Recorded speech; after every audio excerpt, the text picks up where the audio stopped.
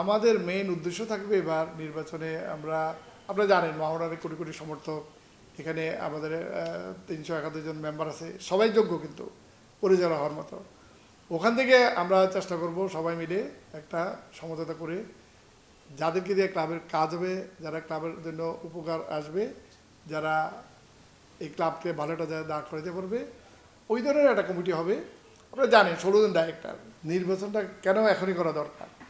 আমাদের ক্লাবের নির্বাচন হচ্ছে 2021 সালে 6 মার্চ। নিয়ম হচ্ছে 2 বছর পরে নির্বাচন করবেন। যে কোনো কারণে হোক আমরা কিন্তু 4 বছর অতিক্রম করে 5 বছরে পা দিচ্ছি মার্চ মাসের 6 তারিখে।